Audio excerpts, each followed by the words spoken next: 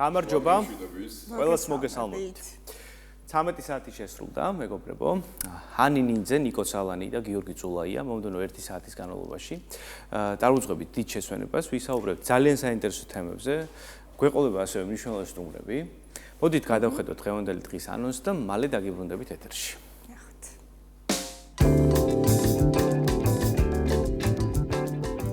დღეს გადაცემაში ნახავთ ბარიატრიული ქირურგია და ცხოვრების გადაფასება. გადაცემის სტუმარია კახა ქაშიბაძე, ბათუმის საუნივერსიტეტო ჰოსპიტალის ქირურგიის დეპარტამენტის ღვიძლის დაავადებების და ტრანსპლანტაციის ცენტრის დირექტორი. გონების დღე, ლოგიკური და კრეატიული აზროვნების განვითარება. მათემატიკა როგორც აზროვნების ენა. გავიგოთ თუ რა მნიშვნელობა აქვს გონების სავარჯიშოებს. თემაზე ვრცლად ისაუბრებს მათემატიკის მასწავლებელი ლაშა შენგელია. საქართველო-უზბეკეთის აბრეშუმის გზა, საერთაშორისო გამოფენა ტაშკენტში. გადაცემის სტუმარია მარდი ჰოლდინგის დირექტორი ვახტანგ ხვიჩია. ლინდა მესხიძის პირდაპირ ჩართვა ბათუმის არტ სივრციდან. არტ თერაპია და ბავშვები. რა მნიშვნელობა აქვს ფერებს ფსიქოლოგიაში? გადაცემის სტუმრებია ქეთევან კვასალია და მარიხ ბეჟანიძე.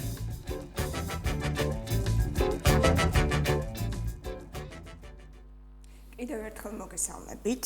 ჩვენი დღევანდელი გადაცემის პირველი თემა, პირველი საკითხი იქნება ბარიატრიული ქირურგია. ეს არის ქირურგიული მეთოდი, რომელიც ეხმარება ადამიანს ჭარბი წონისა და მასთან დაკავშირებული ჯანმრთელობის პრობლემებთან გამკლავებაში და ეს არის ძალიან ნიშანდობლივი, იმიტომ რომ ბევრისთვის ბარიატრიული ქირურგია ეს თემა არის, მხოლოდ ესთეტიკური საკითხი, სინამდვილეში კი ის ეხმარება ადამიანს გათავისუფლდეს იმ ქრონიკული დარღვევებისგან და პათოლოგიებისგან, რომელიც ახლავს წონას. ბუნებრივია მას აქვს ბევრი დადებითი შედეგი, ამას გარდა აქვს გარკვეული რისკებიც, იმიტომ რომ ბუნებრივია ჩვენ ვსაუბრობთ ახლა ქირურგიაზე და ოპერაციაზე და უნდა გავითვალისწინოთ თითოეული ნიშანდობლივი რამაც შეიძლება გამოიწვიოს მდგომარეობის გაუარესება პაციენტის. თემაზე ვრცლად ვისაუბრებთ ჩვენ სტუმართან ერთად. კახა ქაშიბაძე, ბათუმის საუნივერსიტეტო ჰოსპიტალის ქირურგიის დეპარტამენტის ღვიძლის დაავადებების და ტრანსპლანტაციის ცენტრის დირექტორი, მედიცინის მეცნიერებათა დოქტორი შემოგვიერთდა. ბატონ კახა, ეს ბევრი მითი არსებობს ამ თემის ირგვლივ. არსებობენ ადამიანები, რომლებიც ამბობენ, რომ ეს არის ძალიან მარტივი კლების მეთოდი და არანაირ საფრთხეს და რისკებს არ შეიცავს, თუმცა არის მეორე ნაწილი ადამიანების, რომლებიც თვლიან, რომ ეს მაინც ოპერაციაა და ბუნებრივია დაკავშირებული რაღაც გარკვეულ გართულებებთან. მოდით განვუმარტოთ ჩვენს მაყურებელს, რას გულისხმობს ბარიატრიული ქირურგია და როგორც ვიცით, არის რამდენიმე სახის და რა სახის არის უფრო აქტუალური ჩვენს ქვეყანაში. მოგესალმებით ყველას, მივესალმებით ჩვენიერ მაყურებელს, მინდა რომ ბედნიერი დღე უსურვო და საერთოდ უსურვო ყველაფერი ის, რაც ოპერაციის გარეშეა შესაძლებელი. მე როდესაც ჩემ სტუდენტებს უხსნი, ვეუბნები, რომ ექიმები ის ადამიანებია, ვინც წამლით ყუნალობენ. ვინც დანით, ჩანგლით და სხვა რაღაცებით ვადგებით, ჩვენ არ ვართ ექიმები, ჩვენ ვართ ის ადამიანები, რომლებიც ტკივილს ვაყენებთ, მაგრამ სხვა გზა რომ არ არის, იმიტომ მოვდივართ. და ქირურგიაც ბოლო გამოსავალია, ქირურგია არ არის პირველი და არ არის ერთადერთი და არ არის აუცილებელი. ზოგჯერ, მაგრამ ზოგჯერ ის გარდაუვალი აუცილებლობა ხდება. რა შემთხვევაში? პირველ რიგში მე მინდოდა პატარა შესწორება გამეკეთებინა ამ შესავალისთვის, რომ წამყვანი არა ბარიატრია, არამედ მეტაბოლური დაზიანებებია და ამ დარგს ქვია ბარიატრიული და მეტაბოლური დაავადებების მედიცინა და მეტაბოლური პრობლემები სულ უფრო და უფრო წინ მოდის. ანუ ჭარბი წონა ეს არ არის ჭარბი წონა, ეს არის დაავადება. თელმა მსოფლიომ ის აღიარა როგორც დაავადებად, მას გააჩნია თავისი კოდი, თავისი კოდიფიცირება, ანუ თუ კი ჭარბი წონა გარკვეულ ზღვარს აღწევს, ის დაავადება. ამ ზღვარზეც ვისაუბროთ ბატონო კახა, რა შემთხვევაში აზიური სტანდარტით საერთოდ არსებობს მაჩვენებელი BMI-ის ინდექსი, ანუ სხეულის მასის ინდექსი, რომელიც განისაზღვრება წონისა და სიმაღლის თანაფარდობით კვადრატში და როდესაც ეს არის 30, ანუ წონა უნდა გაიყოს სიმაღლის კვადრატზე. და თუ ამ შემთხვევაში ჩვენ ვიღებთ 25 მეტრს ან მეტრს, აზიური სტანდარტით პაციენტი ითვლება, რომ მას აქვს დაავადება, რომელიც არის ჭარბი წონა და შეიძლება პარალელურად კონდეს კიდევ სხვა მეტაბოლური პრობლემები. რომლებსაც ჭირდება კორეგირება. და კორეგირების ამ დროს მთავარი გამოსავალი, როცა მეტაბოლური დაავადება მოდის წინ, უკვე ხდება ოპერაცია. რომ მედიკამენტოზურად ბოლომდე ხშირად მისი გაკონტროლება არის რთული და უფრო ძვირი, ვიდრე ოპერაცია თქვენ წარმოიდგინეთ, მაგრამ პაციენტს ყოველთვის აქვს ეს არჩევანი, რომ გამოიყენოს ასე დროს მედიკამენტი, მაგრამ თუ კი მისი BMI 50-ს გადაცდა, მაშინ რა თქმა უნდა სამწუხაროდ ვერანაირი მედიკამენტი ამ მდგომარეობას ვეღარ უშველის და ვერთვებით ჩვენ. რაც შეეხება ევროპულ სტანდარტს, აქ არის 40 BMI, რომელიც ამბობს, რომ ნამდვილად პაციენტს ჭირდება უკვე ჩარევა. მაგრამ ეს კიდევ როცა ჩვეულებრივად მეტაბოლური პრობლემები არ ჩანს. თუ კი მეტაბოლური პრობლემებია, მაშინ ინდექსი 5 თქვეით ხდება. ანუ ევროპული ხდება 35 და აზიური ხდება 20. განმარტოთ მეტაბოლური პრობლემებიც ბატონო. მეტაბოლური პრობლემები, აი ყველაზე მზარდი მეტაბოლური პრობლემა, რომელიც დღეს მთელ მსოფლიოში აი შემიძლია ვთქვა, რომ გეომეტრიული პროგრესიით იზრდება, ეს არის ეგრეთ წოდებული ნაფალდი და ნეში, ანუ non-alcoholic hepatosteatosis. ანუ ღვიძლის სტეატოზური არაალკოჰოლური დაზიანება. ანუ წინ მოდის ღვიძლის დაზიანება, ღვიძლის გაცხიმოვნება, რომელსაც შემდგომ უჯრედის განადგურებასთან მივყავართ. ეს არასწორი კვების გამო ხდება, ხო, ძირითად შემთხვევაში. ჭარბიწონის გამო მათ შორის, თუმცა თქვენ წარმოიდგინეთ, ნეში შეიძლება განუვითარდეს ადამიანს, რომელსაც არ აქვს ჭარბიწონა. გენეტიკურმა ფაქტორმა ეს არის უჯრედში ცხიმის დაგროვების მომენტი. ანუ შეიძლება თქვენ ჭარბიწონა 30 ქონდეთ და არ ითვლებოდეს ეს ჭარბწონად, მაგრამ ამ დროს პრობლემა მაინც იყოს. და ამ შემთხვევაში აკეთებთ ოპერაციას. ამ შემთხვევაში თუ კი 30-ზე მეტია, 30-ზე მეტია BMI, მაშინ უნდა გააკეთო ოპერაცია.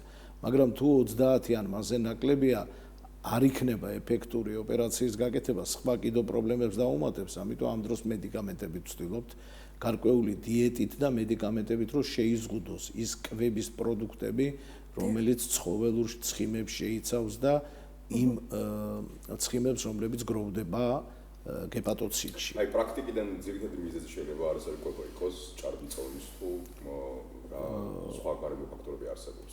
არსებობს სხვა ფაქტორებიც, დიახ. ძალიან ცოტა ჭამა, მაგრამ იმდენად მერქება, რომ ეს ჭარბიწონის ხო, ნუ რა არის იცით, საერთოდ ჭარბწონიანებს ცოტა ახასიათებით გადაჭარბება. ის არ ჭამს, როცა ჭარბიწონა აქვს. მაგრამ ეს არ ჭამა აღარ არის საკმარისი, რომ წონა დაიკოს. ამით შეიძლება აღარ იმატებდეს, მაგრამ ვეღარ ციკლებდეს. ანუ ჯამში მარტივად რო გაგიხსნათ მე ეს არის ჩვეულებრივი ენერგიის მუდმივობის კანონი. თქვენ რა ენერგიასაც დღეში ხარჯავთ, თუ კი იმაზე მეც მიიღებთ, ბუნებრივია მოხდება დაგროვება. მოიმატებთ, კი ბატონო. თან ამას ემატება ღვიძლის მდგომარეობა. თუ ღვიძლი არ არის კარგ მდგომარეობაში, ის ვერ ახდენს უტილიზებას ყველაფერი ამის და ხდება მათი გადასვლა ცხიმებში, რათა ცხიმის სახით მოხდეს მათი დაგროვება და ასეთი ადგილი ძირითადად არის ჰეპატოციტი, ასეთი ადგილები არის მუცლისწინა კედელი და შემდგომ უკვე ნელ-ნელა იწყება მძიმე ათეროსკლეროზული დაავადებების განვითარება და ამის ერთ-ერთი მიზეზი არის, რომ ძალიან გაახალგაზრდავდა გულის იშემიური დაავადებები და ეს 30-35 წლის ასაკში ხდება. ბატონ გახა, არის თუ არა გამოსავალი აი ეს ბარიატრიულ მეტაბოლიზმური მიმართულება, როდესაც თქვათ პაციენტი და რა შემთხვევაში კეთდება, ამ ბოლო პერიოდში ძალიან პოპულარულია ქირურგიის ეს მეთოდი და ხშირად ისეთი ადამიანები იკეთებენ, ვისაც შესაძლოა არ სჭირდებოდეს, ხო? ასეთ შემთხვევაში ექიმმა უნდა გადაწყვიტოს, ხო? ზედმეტად რა შემთხვევაში გაკეთდეს თუ არ გაკეთდეს. მოთ ამ თემაზე ვისაუბროთ, საინტერესოა. თელ მსოფლიოში ამ ოპერაციის წილი, ხვედრით წილი ძალიან მატულობს. მატულობს. დიახ, თელ მსოფლიოში მატულობს. სამწუხაროდ ადამიანს იმისთვის, რომ მისი ცხოველქმედება მოხდეს და მისი ცხოვრება იყოს შენარჩუნებული, კვებისთვის ძალიან ცოტა ჭირდება. ცოტა ხდება მონელება, ცოტა რაოდენობით ჭირდება. აი ჩვენ დღეში 2000-2500 კილოკალორიას ვხარჯავთ, ჩვეულებრივად. თუ კი სპორტსმენია, რა თქმა უნდა, ის მეც ხარჯავს. გააჩნია სპორტის რასახეობითაა დაკავებული.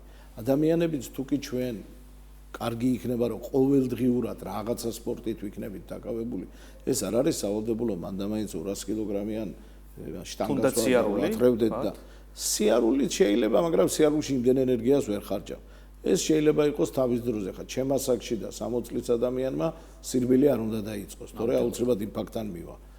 უნდა დაიწყო ისეთი ვარჯიშების გაკეთება, რომელიც თუ კი ოფლი არ გამოვიდა, მაშინ ითვლება, რომ არ მოხდა იმ საჭირო ენერგიის დახარჯვა. ანუ გარკვეული რაოდენობის ენერგიას ყოველდღიურად უნდა ვხარჯავდეთ. რა თქმა უნდა, ძუნძული ცირბილი შედის გარკვეული თამაში, ვთქვათ, კალათბურთის, რა ვიცი მე, ფეხბურთის, ნუ ისიც შეგიძლია, ოღონდ ჩოგბურთის. ეს ჩოგბურთი კი ბატონო.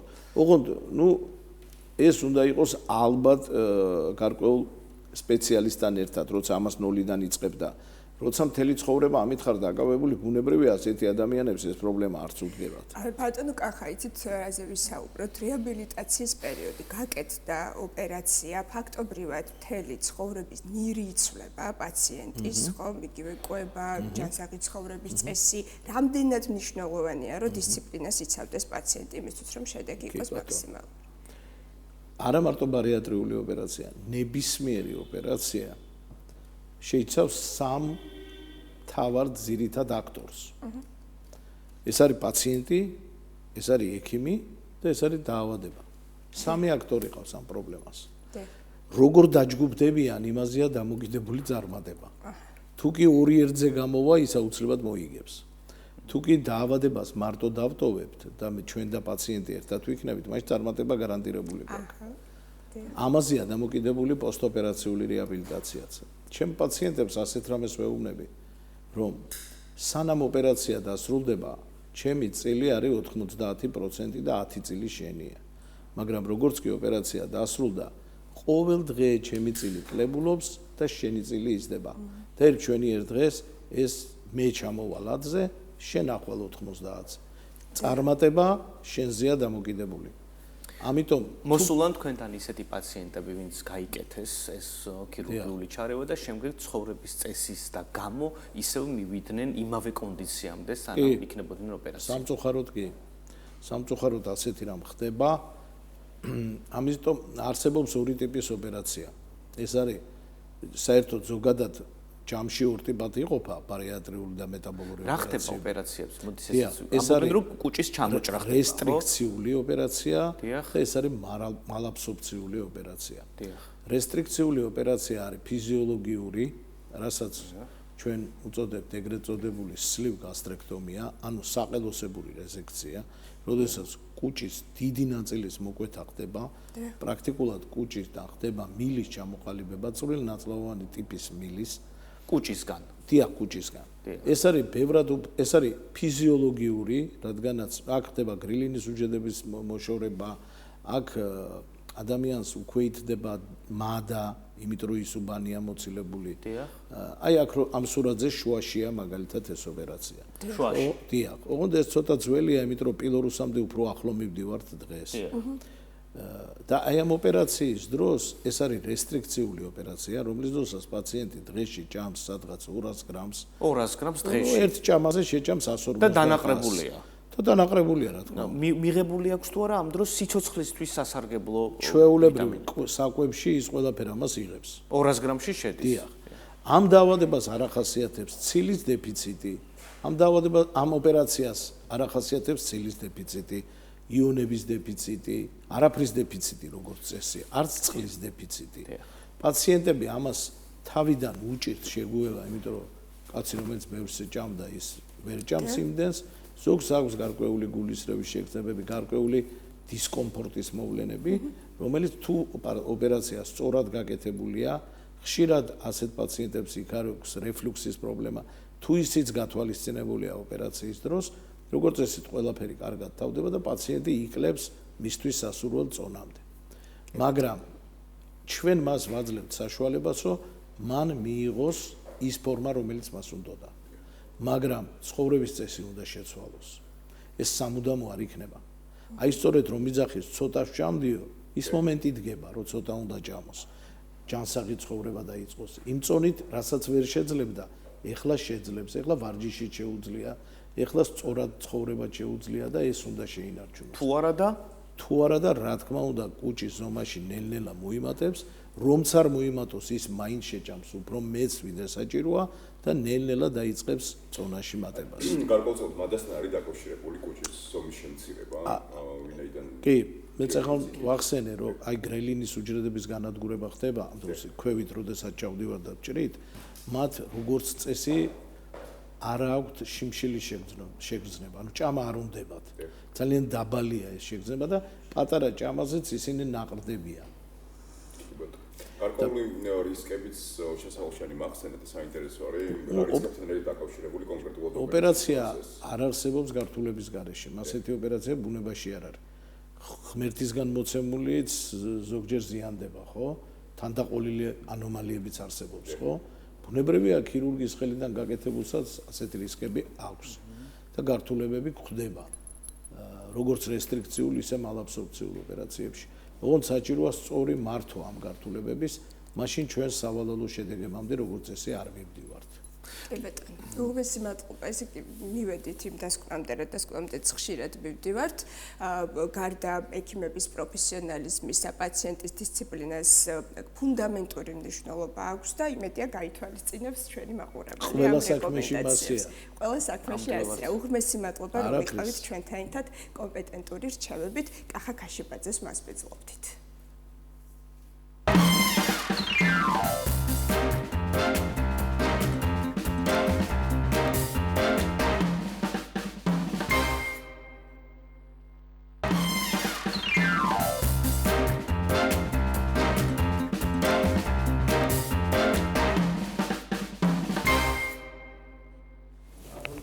ეს იგი მსოფლიო დღეს გონების დღეს აღნიშნავს მეგობრებო და შესაბამისად ჩავთვალეთ გვესაუბრა რა მნიშვნელობა აქვს მათემატიკურ ცოდნას ბავშვის გონების განვითარებისთვის ხო? არა მხოლოდ ბავშვის დასრულის გონების განვითარებისთვის. დასრულის მოზარდის 5x6 გიორგი. 6x5? 5x ხო, 6x5. 30. აჩა. არსებობს გარკვეული პრაქტიკები გონების ვარჯიშებიც, რომლებიც საკმაოდ პრაქტიკულია სხვა შორის. იგი ლაშა გვეთქოს ალბათ იმ გარკვეულ პრაქტიკას, რომელიც ლაშა შენგელია მოიწვიოთ მათემატიკის მასწავლებელი, რომელსაც ესე იგი ზედმიწევნით ეცოდინება არითმეტიკული ესე იგი ნიუანსები, ასევე გამრავლების ტაბულა. რა თქმა უნდა და მეთოდები. ლაშა შენგელია მოვიდეს ჩვენი არაჩვეულებრივი მასწავლებელი ჩვენთან. გამარჯობა ლაშა, მოგესალმებით. ლაშა სხვა შორის დღეს ხშირად ამბობენ რომ თითქოს აი გამრავლების ტაბულა პრაქტიკული აღარ არის, ვინაიდან ეს ცოდნა შეიძლება ძალიან მარტივად სმარტფონების საშუალებით და არა მხოლოდ. ახლა შვიჯერ ვარ აქ დავიხმარეთ. თქვენთვის რა მოცემულობა არის ზოგადად და რამდენად პრაქტიკულია ზოგადად და რამდენად ან პრაქტიკული гаджеტების გამოყენება და ამ გამრავლების ტაბულის არ ზოგადად ცოდნა მსგავსი და რამდენად აგვარჯიშებს გონებას და გამრავლების ტაბულაზე ხომ არსებობს დღეს რაღაც გარკვეული წარმოდგენა თითქოს თანამედროვე ცხოვრებაში უკვე გამრავლების ტაბულის ცოდნა არ არის აუცილებელი. ნახეთ მხოლოდ რამდენად აუცილებელია საერთოდ როგორ კი ბატონო, ზოგადად გამრავლების ტაბულა და პირველივე კლასიდანვე ახლა მათემატიკოსი ვარ და პიარი რო არ გავუწიო მათემატიკას ისე არ შემიძლია ყოველდღე ამას ვაღადებ. რატომაც არა? კი ბატონო, იმიტომ რომ ბოდიშოს ჩაგეკითხა, თუ ჭირდება რეალურად გაპიარება მათემატიკას. აი ცოტათი არ მინდა რომ დაგავიწყოს რის თქმაც გინდოდა. აი რატო არის მოწყვალე მარგინალი საგანი რატო არის რაღაც მომენტში? აი თითქოს არ არის ფავორიტი არასდროს. ყოველთვის არის რომ ინდივიდუალურია. მე მაგალითად ტექნიკურ მე საოცარი საოცარი საგანია მათემატიკა. არა ფუნდამენტური მნიშვნელობის უბრალოდ არასდროს ასახელებენ ფავორიტებში. არა, ასახელებენ ხშირ შემთხვევაში და ინდივიდუალურია თქო ამას ვამბობ. კი ბატონო, იშვიათი ნამდვილად ვეთანხმები ანის. ანუ საკმაოდ შრომატევადია პირველ რიგში აქედან დავიწყოთ და ბავშვების უმრავლესობამ და თუნდაც მოზარდების უმრავლესობა, რასაც შრომა უნდა, ასე რომ ვთქვათ, აიგნორებენ და ბოლო ადგილებში სვამენ. მაგრამ ისევ ანის შეკითხვას მინდა დაუბრუნდე და საუბარს, მათემატიკა ყოველდღიურად აუცილებელია ჩვენს გარშემო. დღეს გონიერების დღეა, მე როგორც წავიკითხე ინფორმაცია და თქვენც აღნიშნეთ. და პირველადი, ეხა ერთს ვერ ვიტყვი და ერთადერთ, მაგრამ ერთ-ერთი და პირველ ადგილზე მოწინავე საგანია ნამდვილად, რომელიც ჩვენს გონს და გონიერებას ავარჯიშებს ყველაზე საუკეთესოდ. რა თქმა უნდა. შეიძლება მათემატიკური ცოდნა არ გამოიყენო, თუმცა ზოგადად რო იცხოვრო და ხარტიაზროვნება ქონდეს, ამისთვის არის გამრავლების ტაბულის ცოდნა. ჰუმანიტარული საგნები რამდენად შეიძლება რატომ არა მაგალითად ტექნიკური. კი ბატონო, აი ვკითხულობდი რამდენიმე დღის წინ სწორედ ამ ხშირად მიგდებ სოციალურ ქსელში ამ საგნის შესახებ ინფორმაციას და ესეთი დასკვნა გაკეთდა, რომ ფინეთში, ფინურ სკოლებში აი 20%-ით უკეთ დაწერეს ტესტები ბავშვებმა და მოზარდებმა, უფროს კლასელებმა, რომლებიც მათემატიკას ყოველდღიური სიხშირით ამუშავებდნენ და მეცადინეობდნენ. ხოლო აი როგორც ნიკომ თქვა, ჰუმანიტარულ საგნებს, რომლებსაც განიხილავდნენ ბავშვები, იმათმა უფრო ცოტა ცუდი შედეგი აჩვენეს და არაერთი კვლევა ადასტურებს იმ ფაქტს ალბათ დამეთანხმებით, რომ ვინც მათემატიკაში კარგია და აქვს ეს მათემატიკური აზროვნება და უნარები განვითარებული, ყოველდღიურ პრობლემებსაც მარტივად ჭრის და იმ ჰუმანიტარულ საგანშიც საკმაოდ მოწინავე პოზიციაა. ფინური განათლების სისტემა შეიძლება ითქვას, რომ ამით არის პოპულარული, ხო? ძალიან. ხშირ შემთხვევაში გსმენია, რომ მსგავსი და მაღალი თამასაა ფინური აშკარად ფლაგმანია სწავლების კუთხით. ლაშა საინტერესოა ხა ახსენა ნიკომ და ეს რეალურად პრობლემაა ალბათ, ხო? სმარტფონები, гаджеტები, რომლებიც მარტივად ჭრიან ამ ამოცანებს, ამ თავსატეხებს, იგივე ChatGPT, ხელოვნური ინტელექტი, რომელსაც რა ვიცი, რა უნდა ვკითხოთ, რა ამოცანა, რო ვერ ამოხსნას 2 წუთში, ხო? ეს არის რეალურად გამოწვევა მასწავლებისთვის და როგორ ხვდები ეს ამ ბავშვმა, ეს დავალება ბავშვმა გააკეთა თავისი გონებრივი რესურსი გამოიყენა თუ უბრალოდ ღილაკები აკრიბა და ChatGPT-ს კი ბატონო, ძალიან კარგი შეკითხვა. ნახეთ, ხშირად მქონდა შემთხვევა, რომ საშინაო დავალებას ვასწორებ და ძალიან ბევრი გრამატიკული შეცდომაა. ხელოვნური ინტელექტი ძალიან კარგად ხსნის მაგალითებს, მაგრამ სამწუხაროდ ბავშვებმა და თუნდაც უფროსებმა არ იციან ამ ხელოვნური ინტელექტის სწორად დამუშავება და სწორი რაკურსით წარმართვა. ანუ ესეთი კურიოზული შემთხვევა მქონდა, რომ ბავშვებს პრეზენტაცია დავავალე მე-7 კლასელებს და ერთ-ერთმა ბავშვმა მოკლედ გახსნა პრეზენტაცია მთელი ამბებით დაფაზე და იმდენი არასწორი მათემატიკური ტერმინი იყო, აი ფართხა და რაღაცა სასწავლო რაღაცა სიტყვები იყო, რაც ცხოვრებაში პირველად ნახე, ეგრევე რა თქმა უნდა მარტივად, აი თქვენც კი მიხვდებით და ყველა რომ ეს არის ხელოვნური ინტელექტის ჩარევით და თუ ამ ხელოვნურ ინტელექტს ჩვენთვის მოვირგებთ და ჩვენ სასეკეთილდღეოდ გამოვიყენებთ, რატომაც არა. შეგიძლია ჩვეულებრივად ადგე პრობლემა მიწერო 1-ჯერ, 2-ჯერ, 3-ჯერ, ასევე დაუწუნო კიდევაც რჩევა მისცე, თვითონაც მოგცემს რჩევას და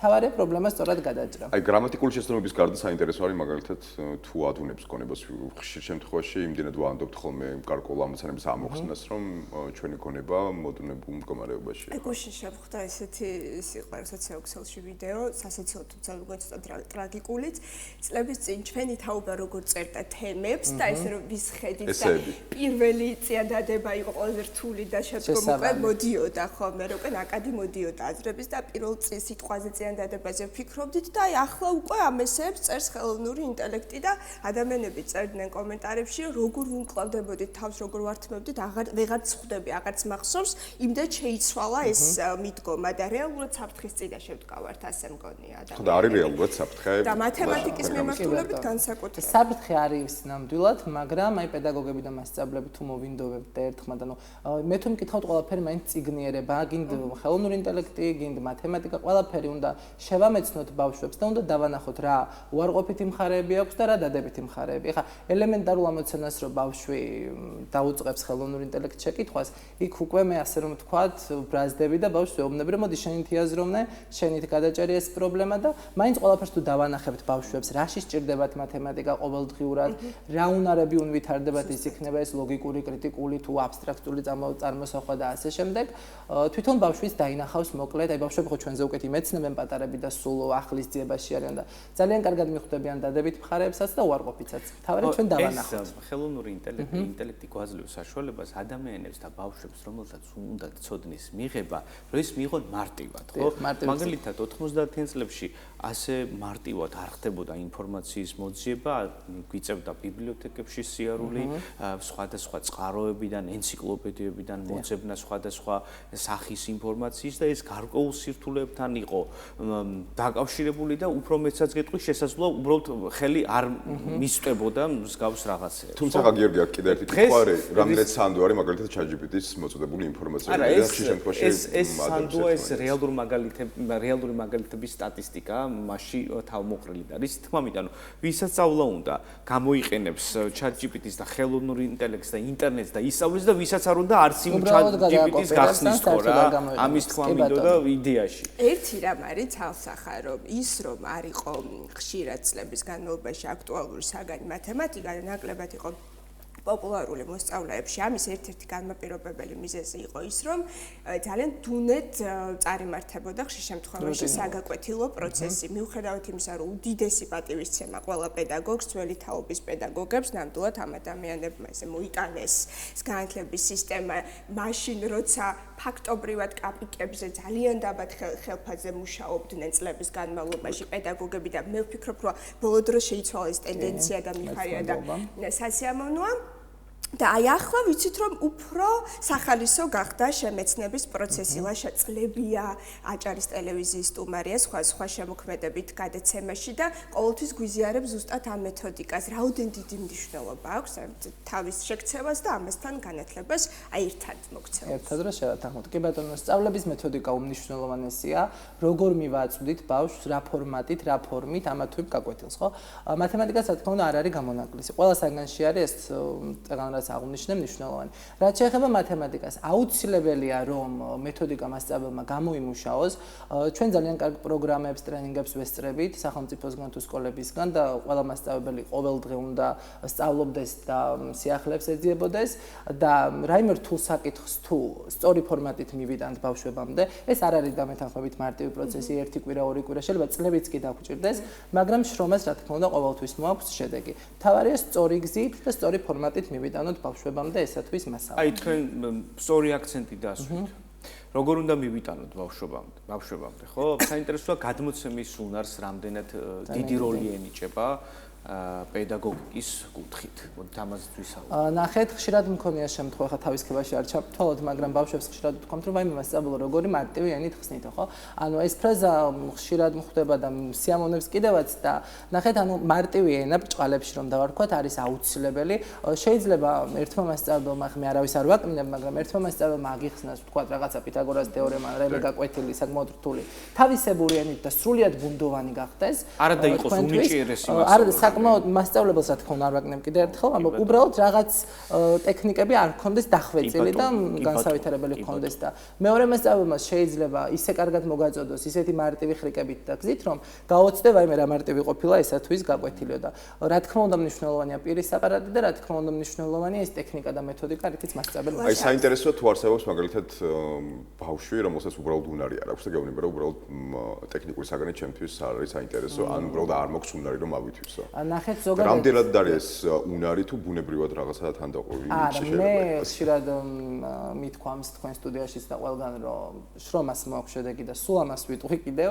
იმიტომ რომ ბავშვი თუ იშრომებს ოღონდ ნახეთ აუცილებელია სწორი კალაპოტი ასე რომ ვთქვათ სწორი მიმართულება ეხლა თუ გადაუხვევ კალაპოტიდან და რაღაც არასწორად დაგეგმა ამ შემეცნების და სწავლა ეს არის პროცესი ხო დიდხნიანი რაღაცა ეტაპი თუ არასწორად და რაღაც არასწორი მიმართულებით გადაუხვევ გზიდან რა თქმა უნდა ძალიან ცუდი შედეგი მოყვება ამ ყველაფერს და აუცილებელია დაწყებითი კლასებიდანვე ბავშვს მიეცეს სწორი მიმართულება, ხო? დაწყებითი კლასი ხშირად გონიათ ძალიან მარტივი და ესეთი ხელწამოსაკრავი, რომ რა უნდა ეხა პირველ მეორე კლასს, საკვანძო რა თქმა უნდა ფუნდამენტურია, ძალიან მნიშვნელოვანია. ბავშვმა ანუ თუ დაიწყო თავიდანვე, აი საფუძველი ძლიერი და კარგი თუ შეუკრა მასწავლებელმა ბავშვს, არა მარტო მათემატიკაში, ნებისმიერ საგანში, ხო? ის უკვე წარმართავს თავის უნარებს ძალიან მწყინვალად. ლაშა, მასწავლებელს შეუძლია როგორც შეაყვაროს საგანი ბავშვს, ასევე მისდამი გაუჩინოს უარყოფითი დამოკიდებულება. საინტერესოა მასწავლებლები რით ახერხებენ საკუთარ თავზე მუშაობას, განვითარებას. ისინი ბოლომდე არიან, თქვათ, განათლების რეფორმის ფარგლებში განხორციელებულ პროექტებზე დამოკიდებულები თუ საჭიროა ყოველდღიური თვით უნარების განვითარება, თქვათ, საკუთარ თავზე მუშაობა იმისათვის, რომ ფერხულში მოხვდეთ უნისონში, აი იმ თანამედროვე მიღწევებთან, რასაც ქვია დღეს 21 საუკუნის მასალა. კი ბატონო, კარგი შეკითხვა ნამდვილად. ნახეთ, თვით რეფლექსია აუცილებლად ყველა პროფესიის წარმომადგენელს სჭირდება.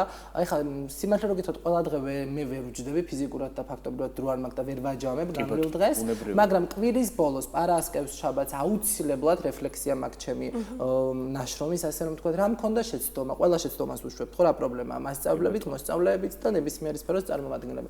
რა მქონდა ხარვეზი, რა გავაუმჯობესო, როგორ ვიმუშაო საკუთარ თავზე და აუცილებლად არა მარტო მასწავლებელმა, ყველა ადამიანმა, ყველა პროფესიის წარმომადგენელმა უნდა შეაჯამოს თავისი განვლილი კვირა და თვე და აუცილებლად უნდა იმუშაოს საკუთარი უნარების დახვეწას. ერთმანეთში საინტერესოა პედაგოგები ერთმანეთში რამდენად თანამშრომლობთ და უზიარებთ ერთმანეთს გამოცდილებას თუ არის გარკვეულწილად რაღაც წილი კონკურენცია აუცილებელია. ნახეთ ზოგადად რამდენ ჯანსაღი კი ბატონო, ისეთ საუკუნეში ვცხოვრობთ ესეთ კონკურენტულ არიან ბაზარზე და გარემოში, კი ბატონო, სფეროში, რომ კონკურენცია რა თქმა უნდა არის, ყოველთვის იყო და ყოველთვის იქნება, ხო? მაგრამ მე პირადად ხშირად მიყვარს მასწავლებლებთან, ჩემს უკვე ხა ძალიან დიდი ასაკის არა ვარ კი იცით და აი ხშირად უფროს კოლეგებთან მისვლა და შეკითხვა, რომ აქ როგორ მოვიქცე? მოდი დღეს ეს ვაწერინო, პირობითად ხა ყოველდღურად არა, მაგრამ ხანდახან რა თქმა უნდა გვაქვს შეკრება, ამავდროულად ძალიან ბევრი კარგი ორგანიზაცია არის მთელი საქართველოს მასშტაბით. ონლაინ სივრცეშიც არაჩვეულებრივი ჯგუფები, ძალიან ბევრი ჯგუფშიც ვარ გაწევრიანებული, ხშირად ჩემ აქტივობებსაც ვაზიარებ, ხშირად ისინიც მიზიარებენ და აი თავად რამდენად მოგგვერთავენ ჩემთვის საინტერესო, იმიტომ ჩვენ ხშირად ლაშა როცა გვყავს სტუმრად და სხვა საგნის წარმომადგენელი ახალგაზრდა პედაგოგი ამ სტერეოტიპზეც ვსაუბრობთ, ერთგვარ ეიჯიზმზეც ხო, სკეპტიკურ დამოკიდებულებას ახალგაზრდის მიმართ, მხოლოდ იმიტომ რომ ახალგაზრდაა, მიუხედავად იმისა რომ შეიძლება იყოს ნოვატორი და ლახავენ აი თითქოს ამ სტერეოტიპს გადაილახა თუ ჯერ კიდევ დარჩა. ნახეთ, თავიდან იყო ეს მომენტი, აი პირველი მეორე წელი იყო ჩემი სასწავლო წლის, ასე რომ ვთქვათ, მაგრამ შემდეგ მიღწევებმა რაღაც ეტაპებმა გამოცდებმა, ხო, ანუ თავისი სასერტიფიკატო გამოცდა იქნება თუ რაც იქნება მოკლედ, ამ ყველაფრის დადასტურებამ და ბჭყალებში კომპეტენციის დადასტურებამ თავიდან თქმა უნდა წინაღობები გვაქვს ახალგაზრდებს, რომ მაინც სკეპტიკურად გვიყურებენ, მაგრამ დროთა განმავლობაში ეს ყველაფერი ჩაივლის და მაინც შემდეგ უკვე თანამშრომლობთ. ლაშა, რა არჩევებს მიცემ ჩვენს ტელემაყურებელს და ასევე ჩვენ, რათა ყოველდღიურ რეჟიმში მოვახდინოთ ჩვენი გონების მობილიზება და ელემენტარული ვარჯიშები რო გავაკეთოთ. თქვათ, აქ საჭიროა მათემატიკური უნარები, მოვისმენთ ყურადღებით ჩვენგან. აი ყოველდღიურ რეჟიმში იმისათვის, რომ ჩვენი გონება იყოს ყოველთვის ფორმაში, ვიყოთ გონება გახსნილები, რა ვარჯიშები შეგვიძლია შევთავაზოთ ჩვენს თავს. ნახეთ, მაინც აი აქ აუცილებელი წინაპირობა და წინადაშვება ასაკი, იმიტომ რომ ეხლა 3-4 წლის ბავშვი და 5 წლის ბავშვი პირობითად აი დაწყებით კლასის მოსწავლეს ვერ მოთხოვს სასწაული აზროვნების რაღაცა მაგალითებს და ფაქტებს, მაგრამ ვისაც ყავს პატარა ბავშვები, აუცილებელია რომ აი მათემატიკა მხოლოდ არის ციფრები და რიცხვების გროვა. მსგავსი სტერეოტიპი არ გვჭირდება ნამდვილად. პირობითად, როდესაც მიირთმევს ბავშვი რაიმე საჭმელს, შეგიძლია ვაშლი 4 ნაჭრად დაუჭრა, ერთი აიღო და რაღაცა მსგავსი მაგალითები შესთავაზო, რამდენი დამრჩა და ასე შემდეგ. ან პირობითად, როდესაც პატარა ბავშვი და მოსწავლე გადადის შუქნიშანზე, სამი ფერი კი ვიცით შუქნიშანზე და შეგიძლია რაღაცნაირად რიცხვებთან დააკავშირო, შენობები თუ ნაგებობები არ აქვს მნიშვნელობა. ჩვენ ვიცით რომ ადამიანის ფანტაზიის უნარი ყოველდღიურად იხვეწება და ადამიანი არის შემეცნებითი პერსონა, ასე რომ ვთქვათ და ცოცხალი ორგანიზმი და ყოველდღურად შეგვიძლია მოკლედ გავაფართოვოთ ჩვენი თვალსაჩინო და მოვიფიქროთ აქტივობები, რომლითაც რა თქმა უნდა დავხვეწავთ ბავშვების აზროვნების უნარს. ძალიან დიდი მადლობა. ლაშა, ეს ბოლო რეკომენდაცია იყო ნამდვილად ძალიან ნოვატორული, ხო? და საინტერესო. შეგვიძლია სართულები დავითვალოთ. რა თქმა უნდა. თუმცა 5-ჯერ 6. აი სხვა ჯერის 20. ეხლა ლაშამ რაც ახსენა. კიდე გადა. ალი კი იცნობს ჩემს დიშულს ხშირად ხოლმე მსგავს მაგალითებს ვიყენებ ხოლმე. ჰამბურგერი უყვასავიან და მსგავს მაგალითია რომ მე მქონდა 3 ჰამბურგერი, ერთი შენ მოგეცი რამდენი დამრჩა და მსგავსი პრაქტიკული ნაწილი. ლაშა უღმესი მადლობა ულევ წარმატებას გესურვებთ და ხშირად გელით ჩვენთან სტუმრად. მადლობა.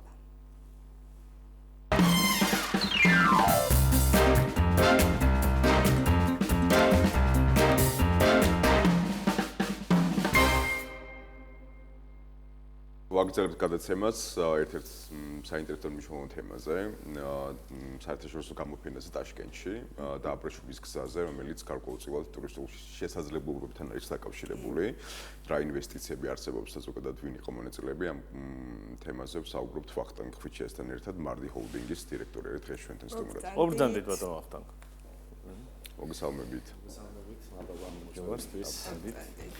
საერთაშორისო გამოფენა, რაც არაჩვეულებრივად. კი, და თან 50-მდე სხვადასხვა ბიზნეს სექტორი მონაწილეობდა. გითხარით უფრო ვრცლად გამოფენის შესახებ და რა კონტენტი არსებობს. მოგესალმებით კიდევ ერთხელ, მივესალმები მაყურებელს. ტაშკენტის გამოფენა იყო ძალიან მნიშვნელოვანი ჩვენი ქვეყნისთვის და მნიშვნელოვანი როლი შეიძინა როგორც საქართველოს, ასევე ბათუმის ბიზნეს სექტორისთვის.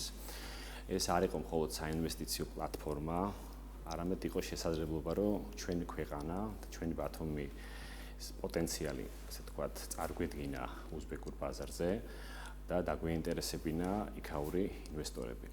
როგორც მოგეხსენებათ, საქართველოს და განსაკუთრებით ბათუმი ვითარდება როგორც დეველოპერული მიმართულებით, ასევე ტურიზმის მიმართულებით და ჩვენი მიზანია, რომ გავაცნოთ საერთაშორისო გარემოს და საერთაშორისო ხალხს ჩვენი გამოცდილება, გავუზიაროთ ჩვენი შესაძლებლობები და ასევე მოვიზიდოთ ის დაინტერესებული ინვესტორები, რომლებიც დაინტერესებული არიან ჩვენი, ასე ვთქვათ, გარემოთი, ჩვენი ბიზნეს კლიმატით და ჩვენი ქალაქით. ეს 50 კომპანია როგორ შეიჩა საინტერესო ეს კაცრი ფილტრი იყო თუ ნებისმიერ შეეძლო ისეთ სურვილი ქონდა წასულიყო ამ გამოფენაზე? 50 კომპანია იყო სხვადასხვა მიმართულებით, როგორც დეველოპერული მიმართულებით, ასევე სამედიცინო, ტურისტული, არქიტექტურული, ფინტექ კომპანიები, რომლებიც ასე ვთქვათ დაინტერესდნენ და შესაძლებლობა მიეცათ, რომ იქ თავისი, ასე ვთქვათ, გამოცდილება გაეზიარებინათ და ასევე მნიშვნელოვანი იყო ის ფაქტორი,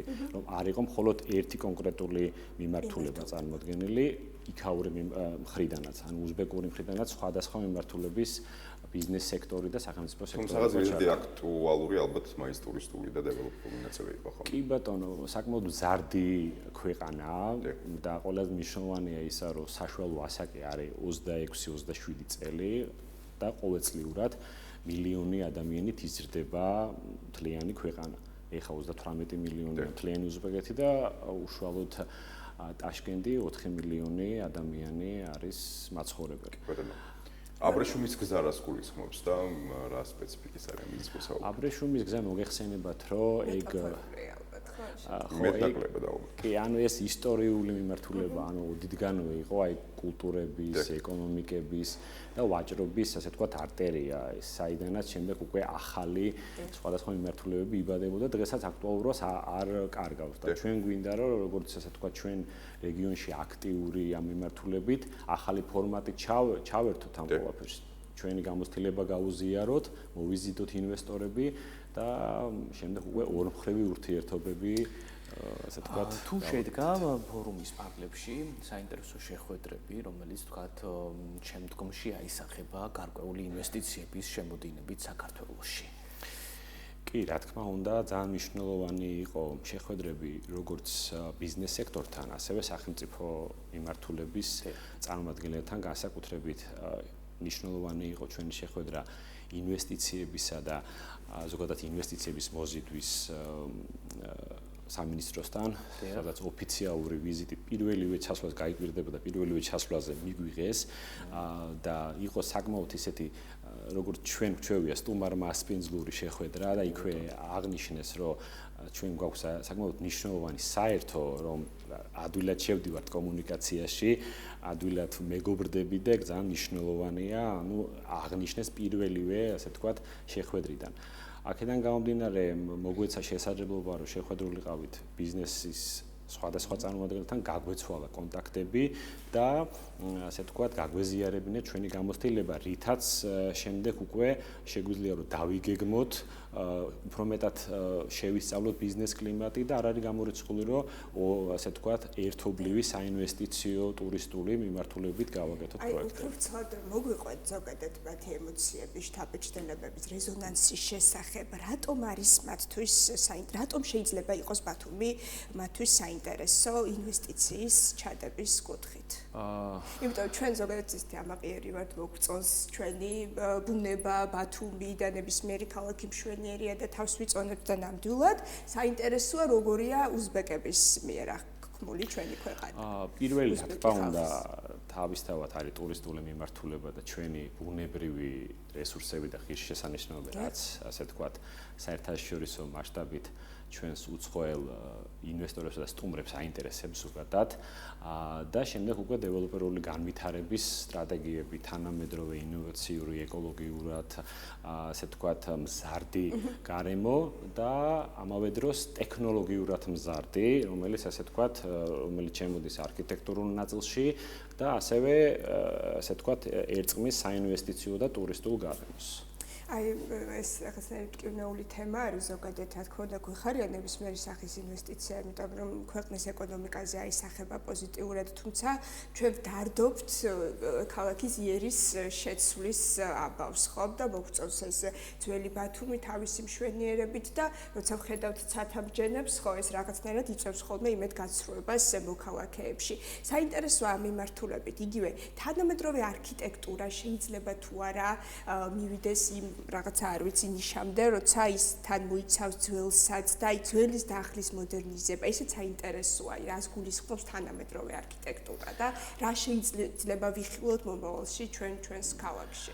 ალბათ და რა თქმა უნდა არსებობს გამოწვევები, რომელიც ამ შემთხვევაში დაგეგმარებასთან დაკავშირებით არის ასე თქვათ მზარდ მოთხოვნასთან და ვფიქრობ, არის პოტენციალი, ასე თქვათ, ქალაქ გარეთ პოტენციალი, ეს არის ასე თქვათ ჩვენი ის მნიშვნელოვანი ტურისტული ადგილები, სადაც შესაძლებელია რომ სხვადასხვა ტიპის თანამედროვე ასე თქვათ სახის ობიექტები, ტურისტული მიმართულებით, სხვადასხვა სახის კომპლექსები გაკეთდეს რა. ანუ არ იყოს ეხა მიმართული მხოლოდ ქალაქის ჭრილში, არამედ გავიდეთ ქალაქიდან, ასე თქვათ, ბუნებაში და თანამედროვე, ასე თქვათ, ობიექტები. გარკვეულ მასშტაბსაც ზრდის ალბათ ხოლმე. მასშტაბსაც ზრდის იმ ძველ ბათუმს და იმ ინტერესის სფეროც იზრდება ამ შემთხვევაში რა. ეს ძალიან საინტერესოა.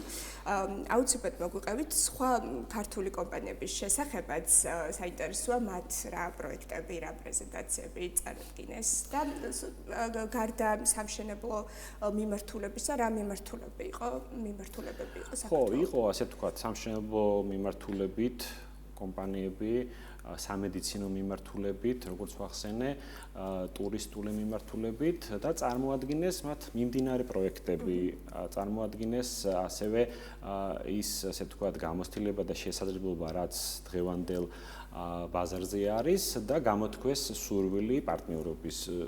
ზოგი უკვე არის, ასე თქვათ, იქ პირველად არ ჩასულა და უკვე მეორე და მესამე ასე თქვათ ვიზიტია და უკვე დამკვიდრდნენ ოფისები გახსნეს და აქვთ ასე თქვათ საკმაოდ კარგი პერსპექტივები, რომ საბოლოო ჯამში ქართულ-უზბეკური ურთიერთობა გაღრმავდეს და ნდობის ფაქტორი შეიქმნას და შემდეგ უკვე იქაური ინვესტორები ჩვენთან წამოვიდეს. აი როგორ შეიძლება შეიქმნას ნდობის ფაქტორი? აი ამ ბიზნეს მოლაპარაკებების სპეციფიკაზე გვესაუბრეთ. მნიშვნელოვანი იყო ჩასვლის მომენტი, როდესაც უშუალოდ ჩადიხარ და ესაუბრები შენს კონკრეტულ გამოცდილებაზე, ასევე იმ პროექტებზე, რაც აქამდე გაიკეთებია და ასევე მნიშვნელოვანი ის მომენტი, რომ ჩვენ შემთხვევაში ჩვენი მიზანი არის საინვესტიციო გარემოს შექმნა, არა მარტო დეველოპერული მიმართულებით, ანუ საინვესტიციო ტურისტული, კომპლექსური მიმართულება და ჩვენ ვართ გასული, ასე ვთქვათ, სხვა ქვეყნებზე და ჩვენი სამიზნე აუდიტორია უცხოელები არიან, ამიტომ ჩვენთვის არ იყო ეს, ასე ვთქვათ, პირველი უცხოეთში ვიზიტი და ამიტომ, ასე ვთქვათ, ის გარემო რაც დაგვხვდა ამ შემთხვევაში იყო საკმაოდ მნიშვნელოვანი და ჩვენი გამოცდილება, რადგანაც უკვე ვიყავით გასული საერთაშორისო ბაზარზე. ამან ასე ვთქვათ, ეს ნდობის ფაქტორი უფრო მეტად გამოიწვია. ბატონო ვახტანგ, თქვენ ამბობთ, რომ მზარდი ქვეყანა არის და ესეთი განვითარების პროცესში. საინტერესოა ქართული ბიზნესი რამდენად არის დაინტერესებული და ქართული ინვესტიციით უზბეკეთში და აი სანდობის ნაწილში ალბათ ესეც მნიშვნელოვანი ფაქტორი იქნებოდა ხოლმე. კი, რა თქმა უნდა, მე მოგახსენებთ, რომ საკმაოდ აქტიურად არის ქართული ბიზნესი და ქართული ბიზნეს წარმომადგენლები საკმაოდ მნიშვნელოვან პოზიციებს იკავებენ უკვე უზბეკეთში.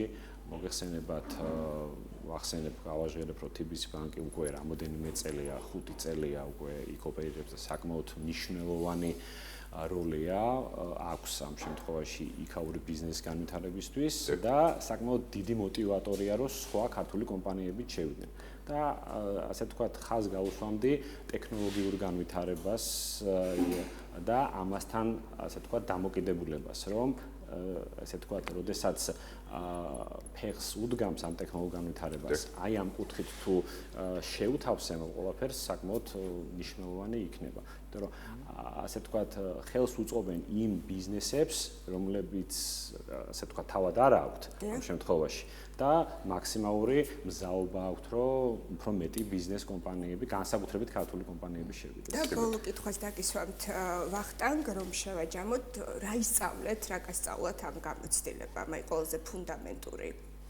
გამოცდილება მე უფრო განსვიფრებული დავჭი სხვანაირი გარემოსვეობები საერთოდ, ანუ ბოლო 5-6 წლის განმავლობაში ფაქტიურად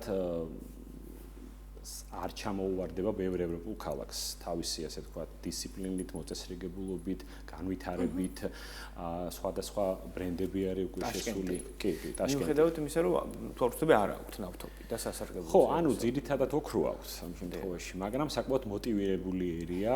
ოქრო არანაკლებია, ხო? კი, უფრო მეტიც თუ არა. კი, ბატონო, და თავის პოტენციალს ნავთობია. კი, საკმაოდ იყენებენ ამ მიმართულებით და რაც ყველაზე მნიშვნელოვანია, ანუ დისციპლინა, მზარდი განვითარება და მზაობა, რომ შესაძლებლობა მისცეს სხვა ქვეყნის ბიზნესებს შევიდნენ და ეს თავის აკეთილდღეოდ გამოიყონ, ანუ ორმხრივი ურთიერთობისთვის მზად არიან. და ეს საკმაოდ მნიშვნელოვანია. დიდი მადლობა, რომ ვიყავით ჩვენთან ერთად წარმატებები ქართულ ბიზნეს სექტორს. მადლობა თქვენ. მადლობა მოწვევისთვის.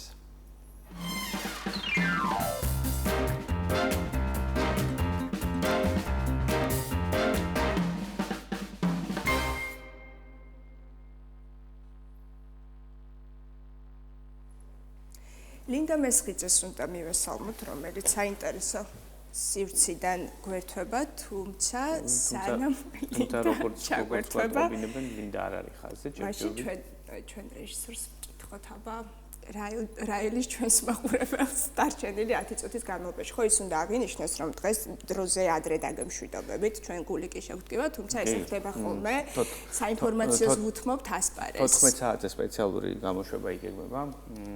და მე მგონი მაშინ ჩვენს მაყურებელსაც დავემშვიდობოთ, როგორც აღმოჩნდა, ზოგადად პირდაპირ ეთერი სავსე არის ბევრი მოულოდნელობით და როგორც თქვენთვის არის. და ეს არის ამის ხიბლი მთელი. ჩვენთვისაც სიურპრიზი რაღაცები და ჩვენც გავუცებული. თუმცა ლინდა ემზადება ჩასართავად 14 საათზე სამთავრობო ბრიფინგი გველოდება, რომელსაც ვწყვეთ ღია ეთერში, არ გადართოთ, დარჩით ჩვენთან ერთად. მე რეჟისორს ვთხოვ, ლინდა არის თუ არა მზად, მაინტერესებს. ბათუმის არტსივრციდან საკმაოდ საინტერესო ჩართვა გველოდება, როგორც ვიცი, თუ მოასწრებს, ესე იგი ლინდა. სხვათა შორის დღეს ისე გამოვიდა, რომ გონება გახსნობის დღესთან დაკავშირებით. გიორგი კიშტები. გთხოვთ რილსად დაიდოს. ეს მონაკვეთი. არა, გარკვეულწილად გონების ვარჯიში არის ეს მომენტი. გონების ვარჯიშია. როდესაც ესე კი გიწევს ღია ეთერში თემაზე საუბარი, რომელიც ეხება ვთქვათ გონებრივ შესაძლებლობებს. ხო, აქედან დავიწყოთ. ვის გონებრივ შესაძლებლობებს? ყველას ის ვარჯიშები, რომელიც დღეს დაგვიტოვა. ლაშამ, ჩემი აზრით, ყოველდღე უნდა გააკეთოს თითოეულმა ადამიანმა იმისათვის, რომ აი გამრავლების სამჯერ 2 6 ჩემო ანი შებრუნებულად იცი კითხვა და ეს ეგ შესამე. ლინდა გითხარი თუ ხარ მზად ჩაგვერთო ღია ეთერში მოგვიყეთ რა ხდება. სანამ ლინდა ჩაგვერთვება ძალიან ნიშანდობლივ საკითხს უნდა შევეხოთ სცენარი შეიცვალა ჩვენც უნდა ვადაპტირდეთ პლასტიკური ხალხი ვართ ზოგადად და ჩვენი მაყურებელიც ჩვენ ამის გჯერა არც თერაპიაზე ვისაუბრებთ ძალიან მნიშვნელოვან მიმართულებაზე ჩვენ არაერთხელ გვისაუბრია იმაზე რომ შემოქმედების პროცესი ეს არ არის უბრალოდ ესთეტიკის შექმნის ნაწილი ეს არის ზუსტად ის გონივრული სამუშაო რომელზეც ახლა ვსაუბრობთ და ავითარებს ბევრ უნარჩვევას ამ შემთხვევაში თიხაზე მუშაობას ყოველთვის ამბობენ რომ ქვეცნობიერიც გარკვეულწილად გვესაუბრება ხოლმე ართ თერაპიის დროს და გარკვეულ აი რას გვესაუბრება ამასაც და ასევე ხელის მოძრაობასაც თავისი მნიშვნელობა აქვს რომელსაც კითხულობენ ართ თერაპევტები მივესალმოთ ქეთევან გვასალიას და მარეხ ბეჟანიძეს ფსიქოლოგები გვერთვებიან ახლა ჩვენ დედაქალაქიდან მოგესალმებით ალბატონებო ძალიან დიდი მადლობა რომ ხართ ჩვენი სტუმრები და მოდით პირველ რიგში მაყურებელს უთხრათ ის თუ რა პროცესები მიმდინარეობს ადამიანის გონებაში, როდესაც ის რაღაცას ქმნის, თუნდაც ძალიან მარტივ ნახატს ფურცელზე. მოგესალმებით პირველ რიგში მადლობა მოწვევისთვის, რაც შეგვიძლია ყველაფერს გაგიზიარებთ. მოკლედ, რაც შეეხება გონებაში მიმდინარე პროცესებს, მნიშვნელოვანია და ალბათ აღსანიშნავია, რომ ჩართულია მთლიანად შემოქმედების უნარი, როდესაც ადამიანი რაღაცას ქმნის, მისი კრეატიული აზროვნება, ქვეცნობიერი, რაც სამ ქვეცნობიერში შეიძლება ტრიალებდეს განცდები, ემოციების შთაბეჭდილებები და ასე შემდეგ.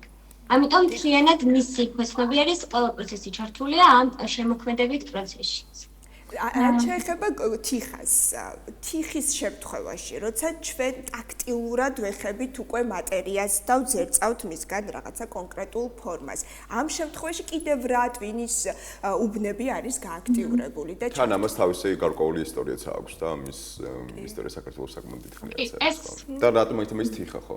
რას ამ პროცესში ანუ ღრმა არაცნობიერიც არ ჩართული და ეს ტაქტილური შეხება ხელით ძერწვა ცალკე აღებული თერაპია გარდა იმისა რას გამოძერწავს და რას მიიღებს გარდა ამისა უკვე შედეგი პროდუქტი რასაც მიიღებს ეს შეგვიძლია ჩართულოთ როგორც სადიაგნოსტიკო საშუალება ფსიქოლოგები ამის საფუძველზე ვადგენთ და ვხედავთ რა პროცესები მიდის ამ კონკრეტულ შემთხვევაში იქნება იმჟამად კონკრეტულ პიროვნებასთან და მეტიც გვეხმარება შემდგომი, ასე ვთქვათ, თერაპიული ნაბიჯების და პროცესების დაგეგმვაში. მე დავამატებ აქვე, რომ ძალიან კარგია ემოციების რეგულაციისთვის, დიდ გავლენას ახდენს ამაზე. ის განცდები, რაც ამ ადამიანის, კონკრეტული ადამიანის შიგნით ტრიალებს, ამ პროცესში ძალიან კარგად გამოიხატება. და აძლევს შესაძლებლობას, რომ გამოიტანოს გარეთის განცდები და შეგრძნებები, რაც მას შეგრეთ არის და მოქმედებს ანუ მუშაობს ძალიან ღრმად. გოგონებო, როგორც ვიცი, თქვენს თერაპიაში თიხის გარდა ასევე მნიშვნელოვანი ადგილი უჭირავს ფერების ფსიქოლოგიას, ხო? მოდით ამ კუთხით ვისაუბროთ, საინტერესოა მაყურებლისთვის, რას ნიშნავს საერთოდ ფერების ფსიქოლოგია და როგორია პრაქტიკაში მისი გამოყენება, ვთქვათ, იგივე თერაპიების დროს? ძალიან მნიშვნელოვანია, აი მაგალითად მე შემიძლია გაჩვენოთ, წითელი არის აგრესია და თუ ამას ადამიანი ამ შემთხვევაში შეიძლება კონკრეტულად ბავშვი გამოიყენებს ინტენსიურად, ჩვენ შეგვიძლია ეს დიაგნოსტირებისთვის გამოვიყენოთ და პირობითად მან დახატოს წითელი დიდი მონსტრი. ამ ნათქვამი იქნება, რომ ეს გამოხატავს მის შიშს, მის აგრესიას, მის ბრას. ხო, რა უცნაურია, ზოგადად წითელი ფერი რაღაც სექსუალურ ენერგიასთან არის დაკავშირებული და კი, როგორ არა, არის იგივეა საბოლოო ჯამში მაინც ეს პროექციულ ნაწილს ეხება და ბუნებრივია შემოქმედი ამ კონკრეტული პროდუქტის როგორ ახსნის და როგორ იქნება მასთან დაკავშირებული ის რაც იქნება ამ ფერით გამოსახული და ამის შედეგად ხდება მერე დიაგნოზი. ანუ ფერთან ერთად თქვენ ამბობთ რომ ფორმასაც აქვს მნიშვნელობა? როგორ? ფერთან ერთად ფორმასაც აქვს მნიშვნელობა ანალიზისთვის? ფორმასაც, ფორმის ზომასაც, ინტენსივობასაც, ადგილმდებარეობასაც, აი მარეხი დაამატებს. მეტიც შესრულებულ სურათზე განლაგებას ფიგურების საკმაოდ დიდი მნიშვნელობა აქვს, მაგალითად, თუ ბავშვის თქვათ, ჩვენ ვსაუბრობთ ამ შემთხვევაში ბავშვებზე, მონესმი არის ძალიან, ასე ვთქვათ, მკვეთრი, სქელი და ასე შემდეგ და ინტენსიური და ვთქვათ, ეს ყველაფერი არის შავი ფერით შესრულებული, შეგვიძლია ვისაუბროთ იმაზე, რომ ფოთვარი მომეტებული მასთან. ასევე ვთქვათ, თუ ლურჯი ფერი ჭარბობს მის შესრულებულ ნახატში, შეგვიძლია ვისაუბროთ იმედად, რომ აი ემოციური ფონი არის. გოგონებო, რამდენად უნივერსალურია ეს ბიტკოვი, იმიტომ ჩვენ ხშირად გვესმის ამის შესახებ, რომ აი თითქოს შავი ასოცირდება შფოთის გამოხატვასთან, მწვანე უფრო სილას, შინაგან სილაკესთან. არსებობს ეს რაღაცა ინდივიდუალურია თუ უნივერსალური ინდიკატორი არსებობს და ნებისმიერი ადამიანის შემთხვევაში იგივე შავი ფერი ეს არის შფოთვის გამოხატვა? კი, ნახეთ, ზუსტად ცოტა ხნის წინ აღნიშნე, რომ პირობითად შეიძლება წითელი ან ლურჯი კონკრეტულად გამოხატავდეს. ვიცოდეთ, რომ ეს იყოს მაგალითად ლურჯი ემოციების შესახებ და ძირითადად სევდასთან ასოცირდებოდეს, თუმცა ძალიან დიდი მნიშვნელობა აქვს თვითონ ამას პიროვნება ინდივიდი როგორ ახსნის, როგორი პროექცია ექნება მას საკუთარ ნამუშევარზე. თუმცა არსებობს 4 ძირითადი ფერი, ეს არის ყვითელი, ლურჯი, მწვანე და წითელი, მაგრამ არსებობს გრადაციები ამ ფერის, რაც კონკრეტულ სურათს გვაძლევს, კონკრეტულ მინიშნებას გვაძლევს. აი ეს მინიშნებები რო დავაკონკრეტოთ, დარწმუნებული ვარ, ბევრი მშობელი, როდესაც თქვათ ბავშვს ფანქარს ან ფლომასტერს უყიდის და სახატავს მისცემს, არ მკვირდება თუ რა ფერებით გამოხატავს თავისი ბავშვი, იგივე მანქანას, მზეს, ან წვიმას, ან რა ვიცი, რასაც ხატავს, ხო? მოდით ჩამოვთვალოთ ძირითადი ფერები, რომელიც განგაშის ზარს შემოსცემს და რა უნდა გაითვალისწინოს მშობელმა, თქვათ, იმ შემთხვევაში თუ დაინახავს კონკრეტულ ფერს და როდი შეიძლება ასე თქვა მშობელმა მიმართოს ფსიქოლოგს, რათა თავის ბავშვს დაეხმაროს. დიახ, მაგალითად არის 4 ძირითადი ფერი. დიახ. ეს ცნობილია ყვითელი, ლურჯი, წითელი და მწვანე. ყვითელი, ლურჯი, წითელი და მწვანე. თუ შევავშოთ, რომ ესე იგი ბავშვი იყენებს ძირითად ამ ფერებს, ამ შემთხვევაში ხდება ნახეთ, პირობითად თუ იყენებს სტრესის მანიშნებელია, ხო, როგორც ხვდები? არა, ნახეთ, რო დავაკონკრეტოთ, ზოგადად არსებობს ძირითადი 4 ფერი: ყვითელი, ლურჯი, წითელი და მწვანე. თუ ბავშვი ხატავს ინტენსიურად ლურჯი ფერით, მაშინ შეიძლება გქონდეს ემოციების მოჭარბებასთან საქმეც იქნება სევდა, უფრო მეტად სევდის გამომხატველია. და თუ კი ინტენსიურად ლურჯით არის მისი ნახატი შესრულებული, მაშინ შეიძლება ვიცოდეთ, რომ რაღაც სევდასთან გვაქვს ადგილი, რისი გამოტანაც, რისი ვერბალიზაციაც, რისთვისაც სიცის მიცემა სჭირდება ბავშვს. ჩვენ და დავაკვირდით. ასევე არის მაგალითად ყვითელი, რომელიც არის კრეატიულობასთან დაკავშირებით და თუ კი ბავშვი ინტენსიურად ხატავს ყვითელი ფერით, ის მაშინ მისი მოთხოვნილება კრეატივი, ასე რომ ვთქვათ. კი ბატონო, ხალბატონებო. მშობლებთან კომუნიკაციაზეც გსურს რომ გვიამბოთ, როდესაც თქვენ ხედავთ შედეგს და შესაძლოა ეს შედეგი იყოს ნამდვილად არასასურველი დაუშვათ და მძაფრი, ხომ? და თქვენ გიწევთ აი ამ დიაგნოზის გაზიარება უკვე მშობლისთვის. საინტერესოა მათი მიმღებლობა როგორია და რწმენა ზოგადად არტ თერაპიის შედეგობრივობის შესახებ.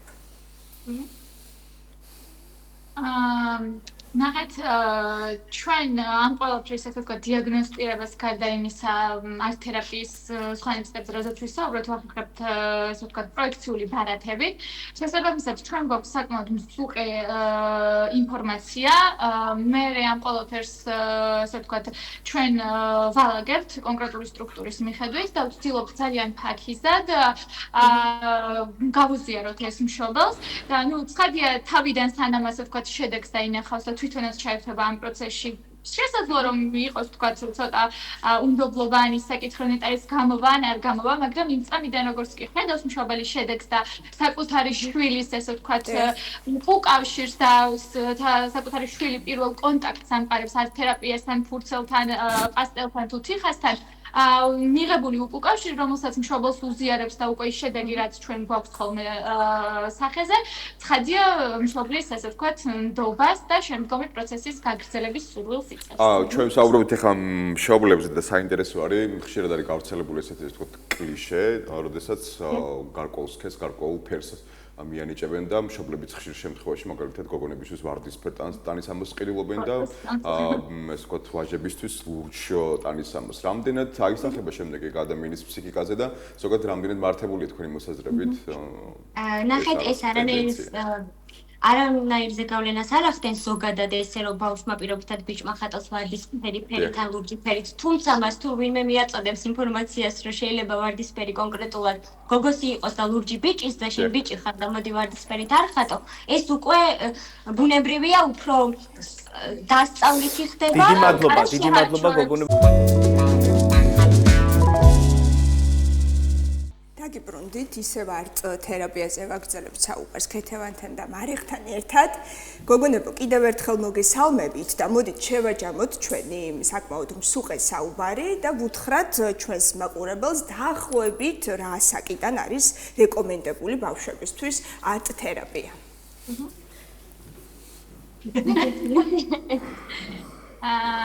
უკვე იმასაკიდან, როცა ბავშვს შეუძლია ურთიერთობა ფურცელთან, თავისი შესაძლებლობების და უნარების გათვალისწინებით, თუნდაც თითებით, ხელით მუშაობა, როგორც კი ამის შესაძლებლობა არის, მაშინ შეგვიძლია რომ დავიწყოთ შეზღუდული არ არის კონკრეტული ასაკი, რომლიდანაც აუცილებლობა არის რომ დავიწყოთ.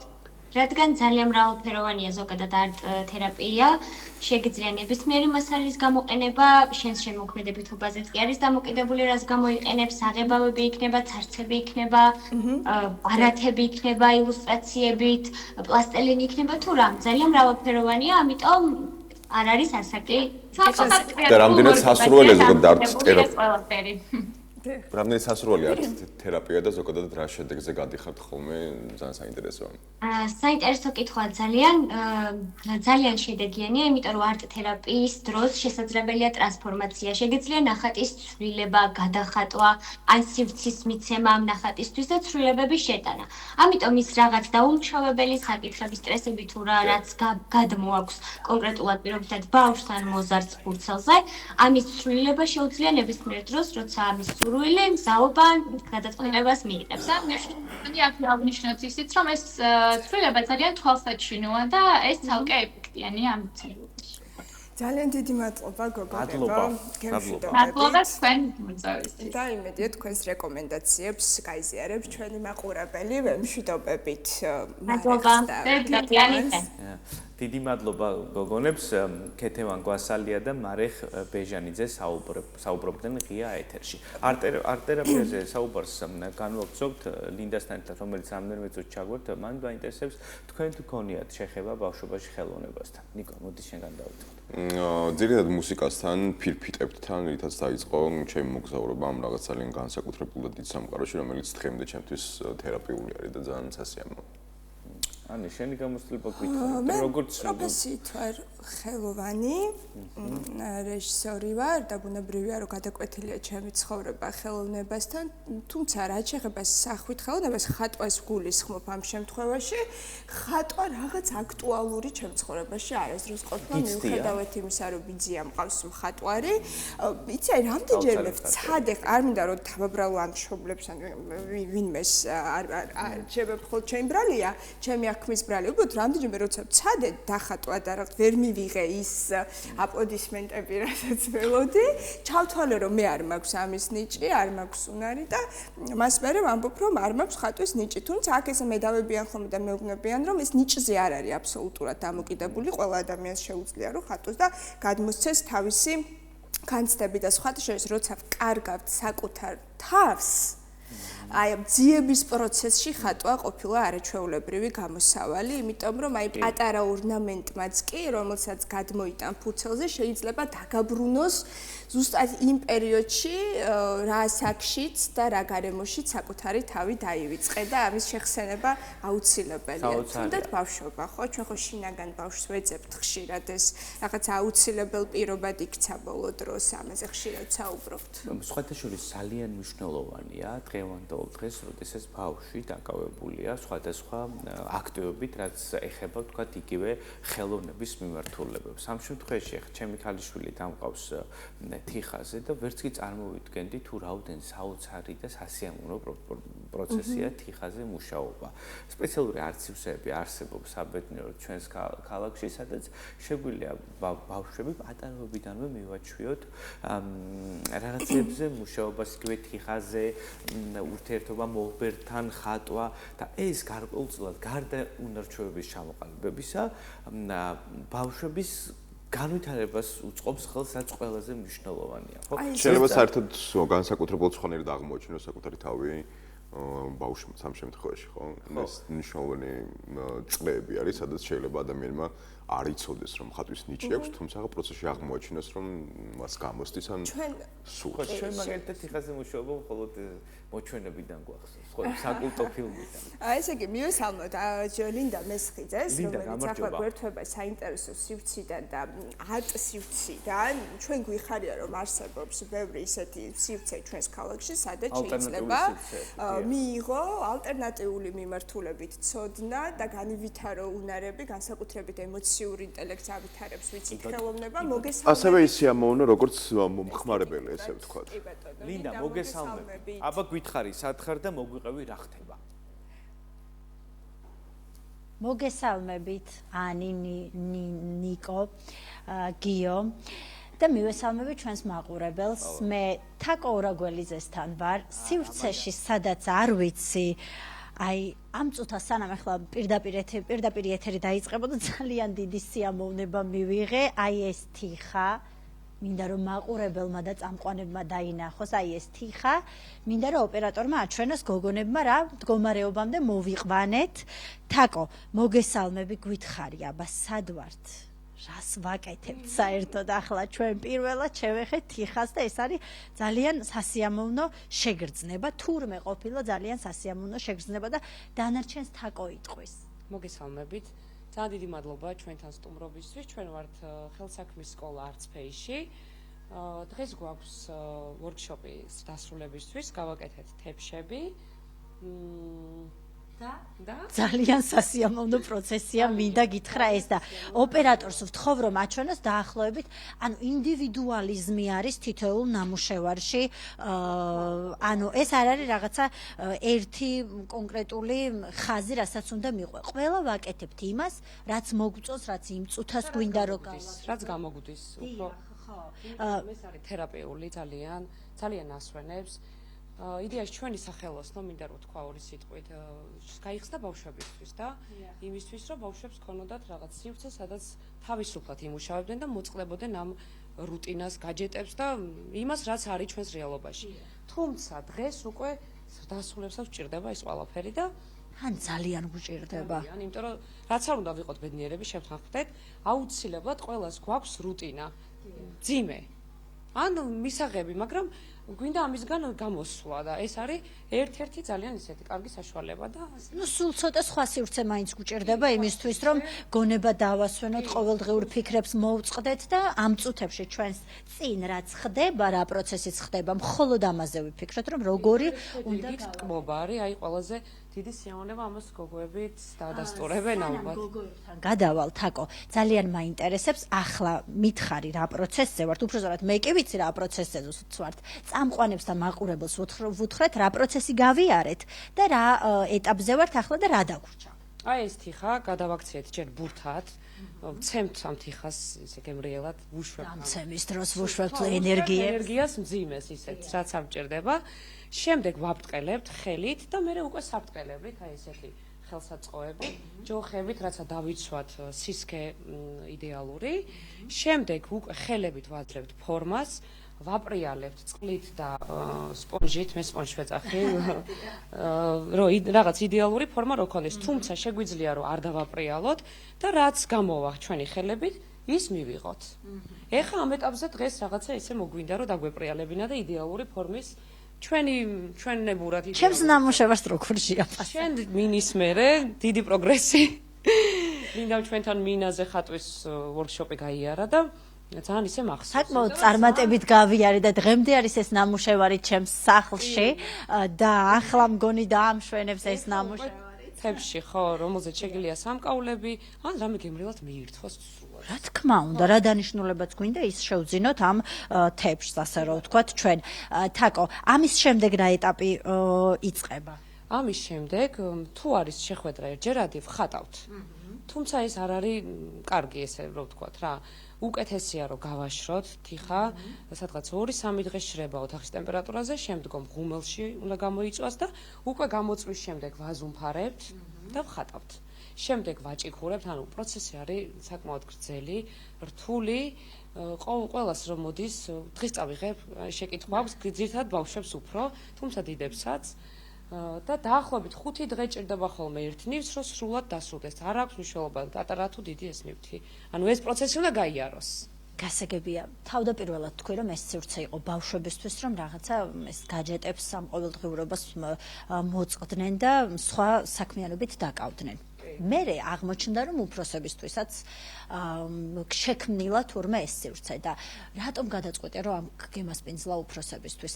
შენგან წამოვიდა ეს შენი შინაგანი სტრესებისგან და ამ ყოველდღიურობისგან, დაძაბულობისგან, რომ თურმე მხოლოდ ბავშვებს არ სჭირდება და უფროსებსაც გვჭირდება ეს განტვირთვა. იცი რა იყო, მე თვითონ მინდოდა რომ შემესწავლო, მე არ ვარ კერამიკოსი, მე ვარ ტექსტილის დიზაინერი და შევისწავლე ფეხბურთის დროს.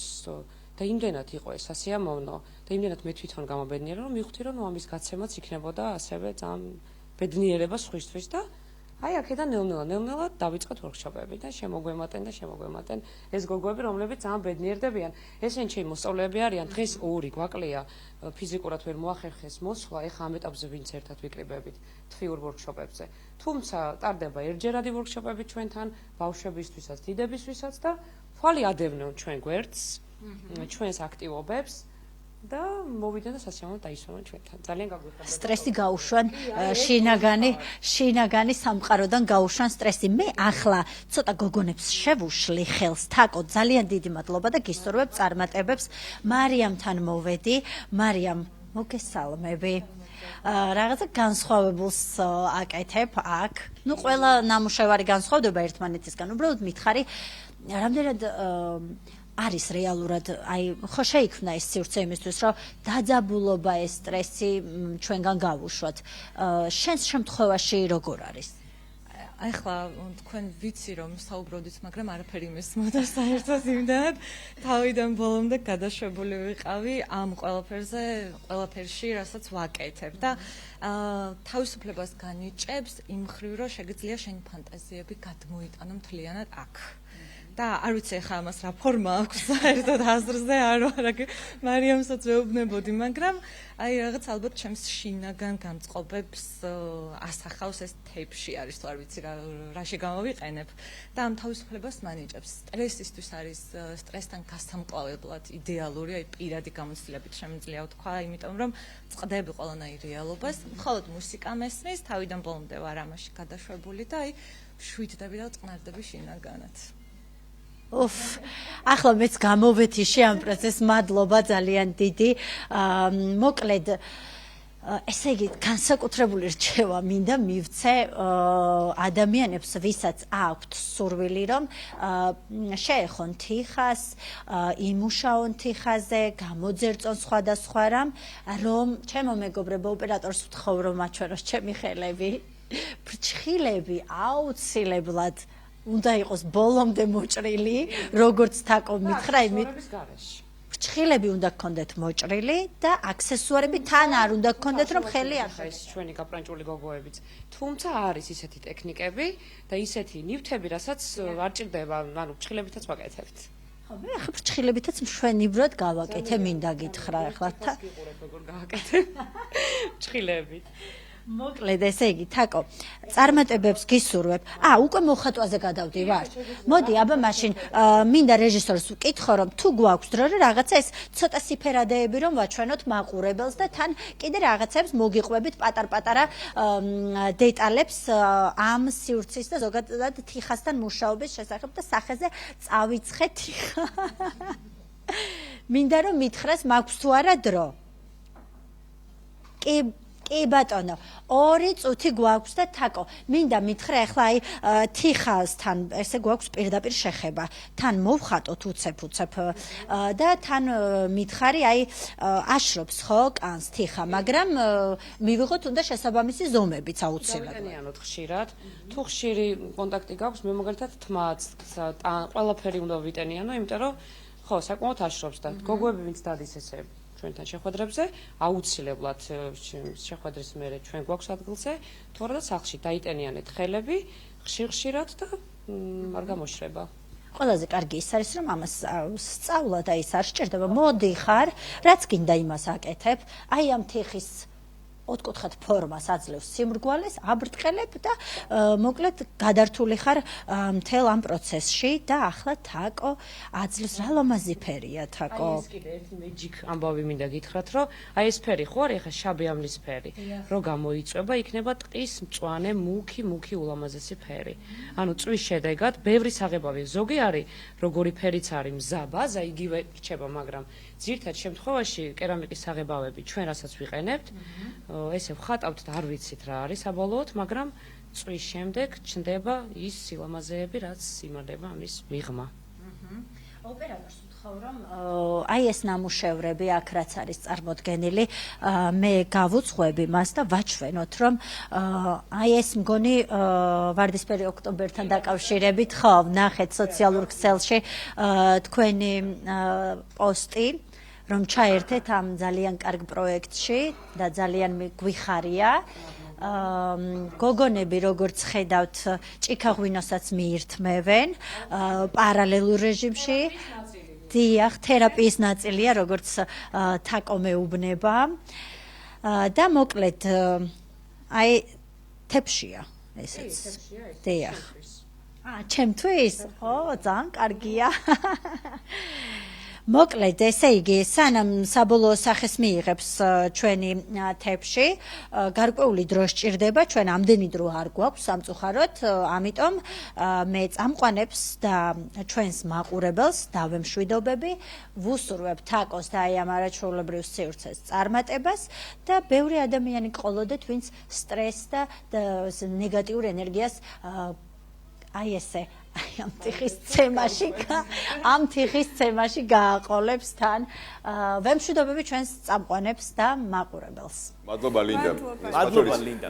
რესპონდენტმა ერთი მნიშვნელოვანი რამ ახსენა, რომ თავისუფლებას ძენს ეს პროცესი და ალბათ ყველაზე კარგი შეგრძნება და რა არის თავისუფლება თუ არა ფრენა და ფრენის სიხარული მოკლედ და მე გამახსენდა მე ხო ცუდი მეხსიერება მაქვს და მკითხა გიორგიმ აი ხელოვნებასთან რა შეხება რა. სხვა შორის პირველად თიხასთან მქონდავდა შენ მეტალთან გაქვს შეხება როგორც ვიცი გარდა იმისა ეს მარცხენა მკერდის მხარეს რაც აქ ადამიანს ან გულს ხმობ. მე ხვდება ახლა მაყურებელი.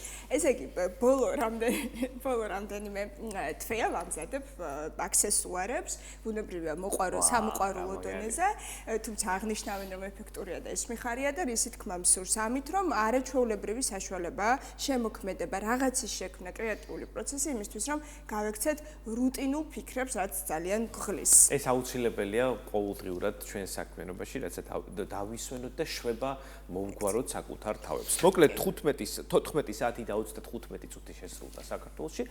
ჩვენი გადაცემა დღეს დასრულებულია. გემშვიდობებით. გემშვიდობებით. ნახრობებით.